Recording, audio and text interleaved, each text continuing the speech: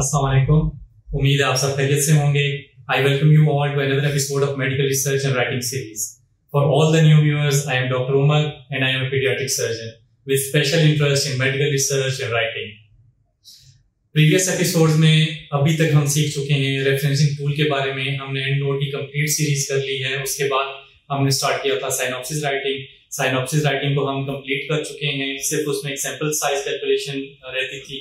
तो अभी next series जो हम स्टार्ट करने जा रहे हैं वो सैंपल साइज डिटर्मिनेशन के ऊपर होगा। अब सैंपल साइज डिटर्मिनेशन से भी पहले आपको जो जिस चीज की जरूरत है वो एक रेफरेंस स्टडी है, क्योंकि नॉर्मली जो हमारी मेडिकल रिसर्च होती है उसका जो सैंपल साइज बेस करता है वो किसी ना किसी रेफरेंस स्टडी के ऊपर उसका सैंपल साइज कैलकुलेट होता है। क्योंकि जो किसी भी डिजीज की आप प्रेवलेंस, फ्रीक्वेंसी, इंसिडेंस किसी भी खास रीजन के अंदर उसका कोई डाटा अवेलेबल नहीं होता पॉपुलेशन का, जिसकी बेस के ऊपर आप सैंपल साइज को कैलकुलेट कर सकें। तो इसके लिए एक रेफरेंस स्टडी की जरूरत होती है जिसको बेस बनाकर आप सैंपल साइज को कैलकुलेट करते हैं अपनी रिसर्च वर्क के लिए। अब ये रेफरेंस स्टडी कैसी है, क्या है और इसको कैसे ढूंढा जाए और क्या क्या रेफरेंस स्टडी कैरेक्टरिस्टिक्स होनी चाहिए जिसकी बेस के ऊपर आपने अपना सैंपल साइज को कैलकुलेट करना है। तो उस सिलसिले में आज की ये वीडियो हम बना रहे हैं और इसमें हर एक के ज़हन में कुछ ना कुछ क्वेश्चंस होते हैं। तो उन्हीं क्वेश्चंस को मैंने भी कुछ गैदर किया है और हम वन बाय वन उन क्वेश्चंस को आंसर करने की कोशिश करेंगे। सबसे पहली चीज जो मेरे पास यहाँ पर है कि स्टडी कहाँ की होनी चाहिए। ये एक ज़हन में क्वेश्चन आता है कि आया जिस स्टडी को हम as a reference study use कर रहे हैं, बेस बना के अपना सैंपल साइज कैलकुलेट करने जा रहे हैं, कि वो लोकल स्टडी हो, हमारे अपने सेटअप की कोई प्रीवियस स्टडी हो या नेशनल स्टडी हो, हमारे रीजन की स्टडी हो या इंटरनेशनल स्टडी हो, तो कौन सी स्टडी को हम as a reference study use कर सकते हैं। तो इस सिलसिले में ये बात है कि स्टडी कहीं की भी हो सकती है, वो आपकी लोकल स्टडी भी हो सकती है, नेशनल स्टडी भी हो सकती है, इंटरनेशनल स्टडी भी हो सकती है। ठीक है, उसमें अगर आपका जो आउटकम वेरिएबल है, जो आपका आउटकम वेरिएबल ऑफ इंटरेस्ट है, अगर वो उसमें सिग्निफिकेंटली एडिक्वेटली कवर हुआ है, उसका एनालाइज किया गया है, तो आप उस स्टडी को यूज कर सकते हैं एज ए अपने रेफरेंस स्टडी। उसमें कोई कैद नहीं है कि वो नेशनल हो, इंटरनेशनल हो, लोकल हो, कोई भी स्टडी रेफरेंस स्टडी के तौर पे आप यूज कर सकते हैं। दूसरी चीज ये है कि स्टडी कितनी पुरानी हो, रेफरेंस स्टडी हमारी उसको कितना अर्सा गुजर चुका हो कि हम उसको इंक्लूड करें। नॉर्मली तो आप रेफरेंस स्टडी जितनी रिसेंट हो उतना ज्यादा बेहतर है और सीपीएसपी भी आपको यही कहता है कि आप लास्ट 5 इयर्स के रेफरेंसेस आप यूज करें। तो बेहतर यही है कि जितनी लेटेस्ट स्टडी होगी उतना आपका बेहतर होगा कि उसकी बेस के ऊपर आप अपना सैंपल साइज को डिटरमिन करें। और यूजुअली आप कोशिश करें कि 5 साल से ज्यादा पुरानी स्टडी ना हो जो आपके रेफरेंस स्टडी के तौर पे यूज हो रही हो। इसके बाद हम आते हैं कि तीसरी स्टडी के क्या ऑब्जेक्टिव्स हमारी उस स्टडी के और हमारे ऑब्जेक्टिव्स को मैच होना चाहिए या नहीं होना चाहिए। तो मैच हो जाए तो वेल एंड गुड, लेकिन अगर आपकी स्टडी के ऑब्जेक्टिव्स उससे मैच नहीं करते, लेकिन उस स्टडी में उसके मेन ऑब्जेक्टिव के साथ आपका आउटकम वेरिएबल भी उसमें एडिक्वेटली कवर किया गया है, उसका एनालाइज किया गया है एडिक्वेटली उसको, तो आप उसको रेफरेंस स्टडी के तौर पे यूज कर सकते हैं। ऑब्जेक्टिव का एग्जैक्ट मैच होना जरूरी नहीं है।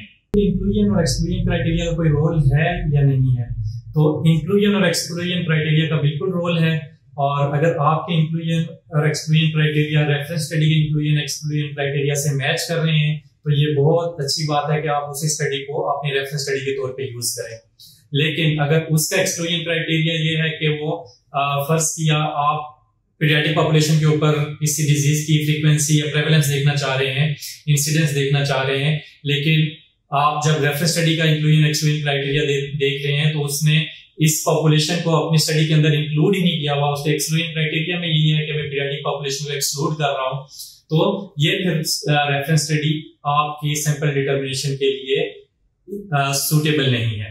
नेक्स्ट चीज जो हमारे ध्यान में आती है कि क्या जो हमारा आउटकम वेरिएबल ऑफ इंटरेस्ट है, क्या वो भी रेफरेंस स्टडी का मेन आउटकम वेरिएबल होना जरूरी है या नहीं।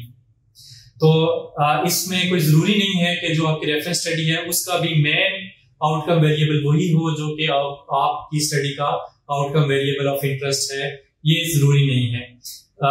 अगर तो उसका आउटकम वेरिएबल कोई और है, लेकिन जो आपका वेरिएबल ऑफ इंटरेस्ट है वो भी उसमें सिग्निफिकेंटली उसको हाईलाइट किया हुआ और एनालाइज किया हुआ है, तो आप उस स्टडी को as a reference study use कर सकते हैं, उसमें कोई मुज़ायका नहीं है।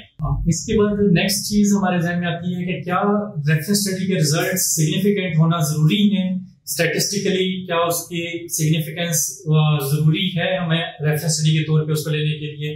तो ये कोई बाइंडिंग नहीं है कि उसके रिजल्ट सिग्निफिकेंट हों तो तभी आप उसको अपने रेफरेंस स्टडी के तौर पे यूज करें।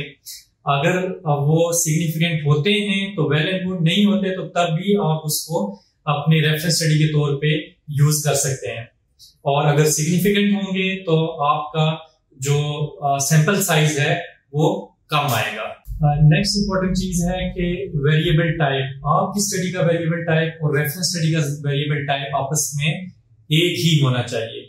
वेरिएबल्स यूजुअली मेडिकल रिसर्च के अंदर दो तरह के होते हैं, एक क्वालिटेटिव वेरिएबल्स होते हैं जिनके आंसर यस या नो में, सक्सेसफुल, अनसक्सेसफुल, ब्लड ग्रुप की टाइप्स, ये चीजें इस तरह की होती है जिनमें आप यस नो कह सकते हैं, तो उनको हम क्वालिटेटिव वेरिएबल्स कहेंगे। और जो नंबर्स होते हैं जैसे एज हो गई, टेम्परेचर हो गया, इसी तरह वेट हो गया, तो ये क्वांटिटेटिव वेरिएबल्स हैं।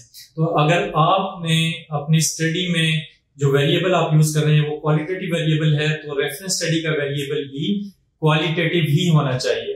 अगर आप क्वालिटेटिव वेरिएबल मेजर कर रहे हैं और रेफरेंस स्टडी आपने क्वांटिटेटिव वेरिएबल की ली है, उसके ऊपर सैंपल साइज डिटरमिन किया है, तो ये रॉन्ग प्रैक्टिस है। तो ये कुछ इंपॉर्टेंट चीजें थी रेफरेंस स्टडी के हवाले से। सैंपल साइज डिटरमिनेशन की सीरीज स्टार्ट करने से पहले मैंने सोचा कि इसके ऊपर एक डिटेल वीडियो बना ली जाए, और इसमें बहुत सारी चीजें आप लोगों में से बहुत सारे लोगों को बहुत ज्यादा आती होंगी, उनका बहुत ज्यादा एक्सपीरियंस होगा रिसर्च और राइटिंग के सिलसिले में, रेफरेंसिंग, सैंपल साइज डिटरमिनेशन के सिलसिले में।